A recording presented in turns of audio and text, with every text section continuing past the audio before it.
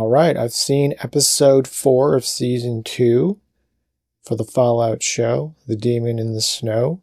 The title refers to the Deathclaw that basically saves Cooper from those 3 Chinese soldiers in that opening scene. The only flashback of this episode. It basically shows the incident that Charlie had described in the prior episode. It seems to be Charlie's belief that Cooper had killed him. A nice bookend to this episode because Cooper as the ghoul and Lucy encounter a Deathclaw as they're about to enter the headquarters of Vault-Tec, or is it the lair of Robert House? I'm not sure. This episode also shows the ghoul's influence through Lucy. At one point, she dismisses the New California Republic as just another group of matching jackets. I don't know if she realizes the irony of that, with her coming from the vault. In any case, she goes on a drug-addled kill streak. She does the wanton killing in this episode, whereas usually it's the ghoul. It's a nice contrast to the prior 2 episodes in which the ghoul has taken a moment to reflect on the timeout that Lucy has put him in. One thing that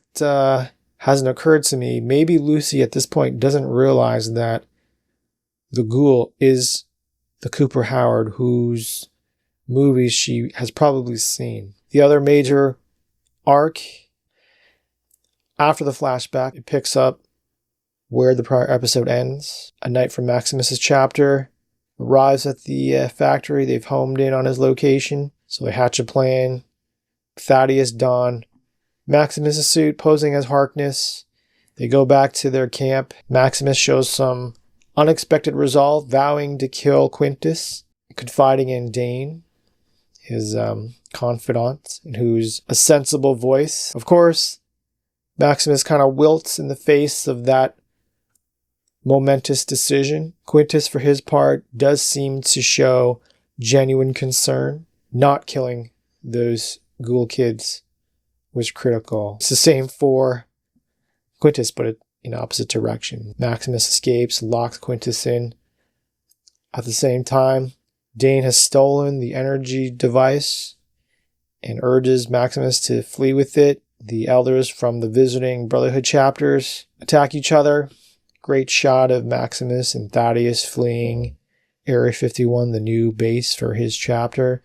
Those floating airships opening fire on each other. Back underground, Vault 33 and Vault 32. Reggie's inbreeding support group is growing in popularity because of the rations and the water that's promised to him per the Vault's charter. Betty is in opposition to him. Best way to describe her is stern, and it's understandable. She's the overseer of the group, dealing with the water crisis. It's interesting that Reggie's showing some bite, mentioning her lower approval rating. Reggie, if he wanted to, has a sizable group that he could use to oppose Betty and her subordinates, who are probably from the before times like her. But the more obvious conflict, essentially, Stephanie holds Betty hostage, telling her that if you bring a keepsake from Hank's office, I'll consider sharing my Vault's water supply with you. Betty makes a great case. Vault-Tec is not coming to save us.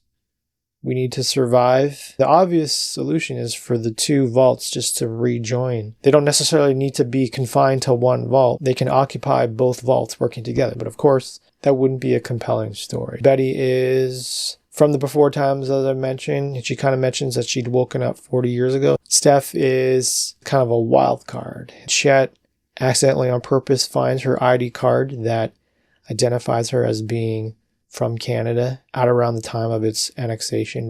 Even if you aren't able to read her date of birth and you don't know the year in which this show takes place, it's clear that she's not from the vault. Not only is she not from the vault, but she's not originally from the US. Obviously, we know that, but it's a clear way for us to know that Chet now knows that as well. Steph claims that she's doing everything for her baby, the one whom she seems to have zero interest in taking care of. Maybe she'll end up like that overseer who is bound to their chair in their office and killed. I think that would be kind of too predictable. Woody, accidentally on purpose, enters the vault for the unit of Davy, who had also had trouble orienting himself to Vault 32. And he mentions that he'd wish he could go back to Vault 33. Speaking of Vault 33 and Vault 31, Norm has led those Buds participants to a stash of food, and one of them introduces himself. Ronnie mentions that he'd been Bud's assistant, but he also kind of seems to be probing Norm. Claudia reveals that she'd only been with Vault-Tec for a week, and so that's something that might connect her with Norm. Norm is a true outsider. Claudia is a relative outsider to Vault-Tec. This episode is definitely the most eventful. I would say, along with the prior episode, it really embodies the tagline of this series. War never changes.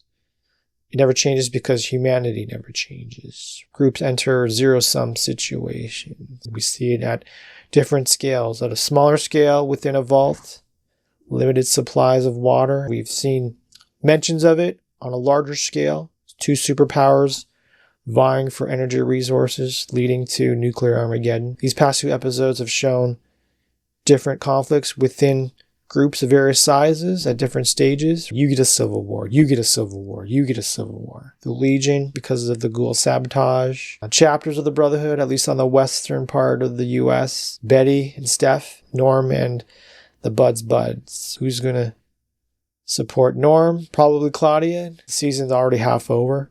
I wish this show had seasons that were like maybe 10 episodes long. That way there'd be more time to let these conflicts build up and resolve. I think the 2 main threads are going to be the restoration or rebuilding of the New California Republic and maybe the emergence of the Enclave. I'm interested to see how these stories unfold further.